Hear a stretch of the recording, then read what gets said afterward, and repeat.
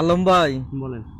এক মা এক সন্তান যখন ফ্যানের সাথে ঝুইলা মারা যায়, তখন তার মা তার পা ছুঁয়ে প্রশ্ন করে, বাবা তুমি যার জন্য মারা গেলে সে কি আমার থেকেও তোমাকে বেশি ভালোবাসতো? কতটা কষ্ট বুকে নিয়ে এসব কথা বলতে পারে একটা মা। এত বড় কষ্ট যা ভাষায় প্রকাশ করা যাবে না। তাহলে কি কোনো সন্তানের উচিত এইরকম কোনো মা বাবাকে কষ্ট দিয়ে ফ্যানের সাথে ঝুইলা মরা? উচিত নয় তো, তারপরেও এটা একটা প্রকৃতিরই নিয়ম।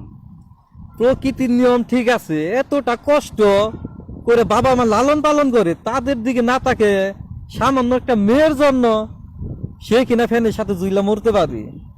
সে পৃথিবীতে তো সুখ পাইলো না পাইলই না, পরকালেও পাবে না সে।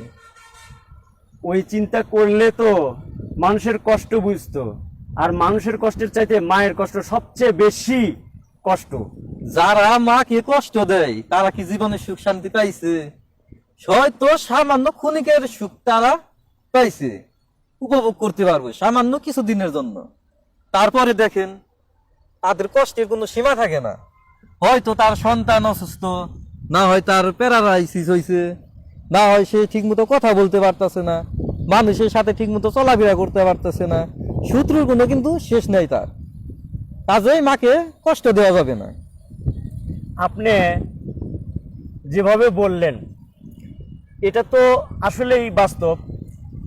আর আমি বিশ্বাস করি, মা কেন, মা তো আপনাকে গর্ভধারণ করছে, লালন পালন করছে, তার নিজের জীবন দিয়ে আপনাকে ভালোবেসেছে, হ্যাঁ, নিঃস্বার্থের মতো। কিন্তু একটা প্রাণী যা আল্লাহর সৃষ্টি, সে সেই প্রাণীটাকেও কষ্ট দেওয়ার অধিকার আপনার নেই।